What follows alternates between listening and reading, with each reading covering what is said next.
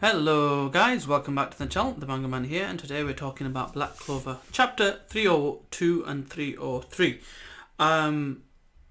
The chapter does a pretty good job of kind of bookending this fight, so I will be treating these both all in one go, and I don't want to keep this too long, so without further ado we will get into this review, and also this being that I've just recorded One Piece will probably come around release 6 PM GMT UK time. So without further ado, let's get into this review.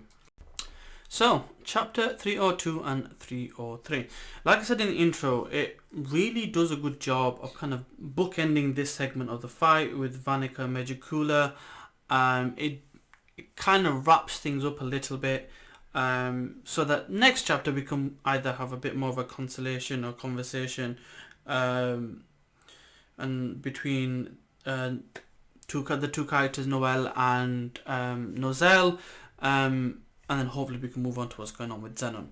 So let's kind of go through the events, and then we'll talk about it as we go along. So chapter 302 focuses on a few different things. Asta is basically a fanboy most of this chapter. Essentially, he's there to just cheer people on and tell the audience that everyone's awesome. We obviously know that Vanica set up her whole minions came out, they're ready to fight, and that's a major obstacle this chapter for this to be a one-on-one with Megicula and Noelle. So the first thing with this part of the chapter is dealing with that. And the way that happens is we see Charlotte, we see Lille Balmalti kind of using their abilities to really push forward. And then, while they're struggling, the Lightning Man himself, Luc Voltier, jumps in the fray and, really just helps out. And you can see him doing damage. It really elevates him and shows him to be that caliber of vice captain, and stuff like that. He's thereabouts. He's doing some work here, as shown when he first came and he dealt with those medium tier demons very easily. So he is up there in terms of the rankings now, and his talent is beginning to flourish. The only thing that held him back was his attitude, and we've seen now that his growth and character development in that area. And then it's a funny statement, it's like, oh, if only we had one more lightning guy to help us. And then Gaja gets up and do his bit, and Asta's like, yay, in the background getting all excited. What this ultimately does is sets up that clash at the end between Noelle and Megicula, that ultimately says, yeah, you've done really well, but not enough.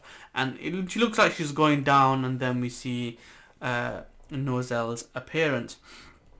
The next chapter, I think, does a really good job of reaffirming Nozelle's position and kind of really fleshing out that backstory. I kind of felt, and a lot of readers actually kind of felt that, the apology felt a bit shallow. And he might have been heartfelt from Nozelle's point of view when he apologized to Noelle, saying he was protecting her the whole time. And I think this chapter, although it may have been kind of like pre-prepared or something that the author had on his mind already, it kind of felt like this was the author's way of listening to the reader and kind of adding those layers to that story, so it's a little bit more believable as to him being this sympathetic, hero, anti-hero kind of person who's really on the good side, and he's more redeemable than we've been led to believe. So the way this is done is we get some explanation that obviously the whole thing with the fight with Acier, their parent, she died after childbirth, although we see Noelle was already born. She got cursed so that children could live, and she gave a speech about living and growing stronger than her, and to live life to get stronger rather than just giving up life and kind of being like, renegade and let's just go for it and be suicidal about it. So that was the first thing about being stronger. We've already had a message before that because his magic was like his mother's magic, that it was his duty to protect his siblings, etc, etc, etc. We then see his point of view of these conversations that he's had, and his thoughts about what was going on, about him struggling and having to train really hard and go through this ordeal to become strong, so he could defeat his mother's enemy, who's now his enemy, and then looking at his siblings and saying, yeah, you know, Solid, Nebula are getting stronger, but they're not strong enough. And then him telling his sister that it's his sister's fault, and she's weak, and in reality, in his mind, he holds himself accountable and saying, it was my fault, I was weak at that time. In his mind, I was weak and it was my fault that mother died because I couldn't do anything, I was helpless. And he doesn't want Noelle to go through that same process of struggling, and he wants her to be safe. This I like because it fleshes it out and it gives his thought process a little bit more, and you can see ultimately that he is caring about his siblings. He does really want them to be safe, and he was ultimately trying to push them, those that can, to be strong in their own way. Ultimately, this reminded me of a few different stories. One of the things it did definitely remind me of is the interaction between Naruto and Sasuke, in the sense that we have a section of the story where we see from a reader's point of view what they actually say, and then the dichotomy of things, where they're not actually saying that, they're actually meaning something else, and in their mind like, yeah, I said that, but I don't really mean it. And this is kind of that thing where ultimately humans or characters that are humans in manga are complex individuals, and ultimately they don't always say what they mean, and sometimes they have difficulty expressing themselves. And in this particular instance, we're also given the excuse, and the excuse is that if he tells anybody about this curse, he will be inflicted and those around him will be afflicted. So that helps kind of justify him being a certain way. So this is his way, being without a mother, trying to deal with a situation that has been highly stressful and has been straining on him, and you know, has left a mark on him mentally, and this is how he's dealt with that. Once we get past all that, we then get this 2-on-1, and we are reminded again that Megica is incomplete. So what this ultimately does is, by the end of the chapter with her defeat, it's more plausible to believe that a high-ranking demon, who's one of the strongest, is one of the lower level demons, is being able to be defeated because this isn't their full power.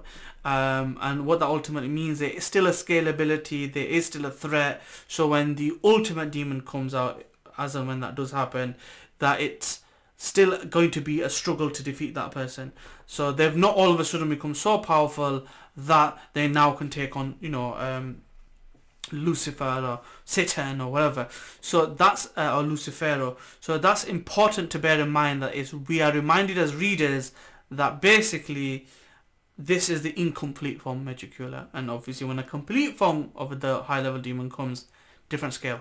So that's important, and with her defeat we automatically see again the demons are still underestimating humans, but she now understands that the undying spirit of a human and the willingness to continue helps them grow, and is these challenges with these mages throughout the story that will continue to make them become stronger.